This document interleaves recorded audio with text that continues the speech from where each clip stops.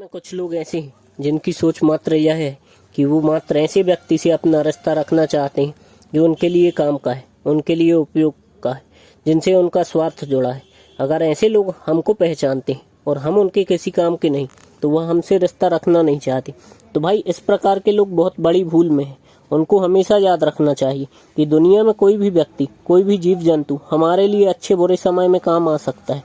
आपको एक एग्जाम्पल के माध्यम से समझाता हूँ। एक बहुत बड़े राज्य का राजा था। उसने आज्ञा दी कि संसार में इस बात की खोज की जाए कि कौन से जीव जंतु निरुपयोगी हैं।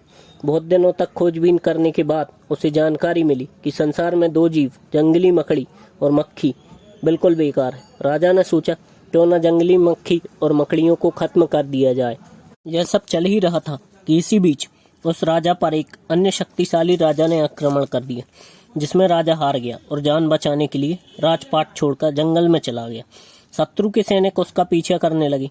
काफी दौड़ भाग के बाद राजा ने अपनी जान बचाई और थककर एक पेड़ के नीचे सो गया।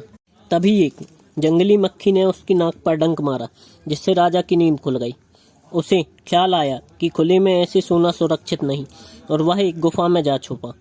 राजा के गुफा में जाने के बाद मकड़ियों ने गुफा के द्वार में जाला बुन दिया। दुश्मन के सैनिक उसे ढूंढ ही रहे थे। जब वे गुफा के पास पहुंचे तो द्वार पर घना जाला देखकर आपस में कहने लगी, अरे चलो आगे, इस गुफा में वह आया होता तो द्वार पर बना यह जाला नष्ट नहीं हो जाता। गुफा में छिपा बैठा राजा ये बातें सुन रहा था। शत्रु के सैनिक आगे निकल गए। उस समय राजा की समझ में यह बात आई कि संसार में कोई भी प्राणी या चीज बेकार नहीं। अगर जंगली मक्खी और मकड़ी न होती तो उसकी जान आज ना बच पाती। कहानी से हमें यही शिक्षा मिलती है कि इस संसार में कोई भी प्राणी बेकार नहीं, हर एक की कहीं न कहीं उपयोगिता है। इसलिए आप अपनी सोच सही रखें।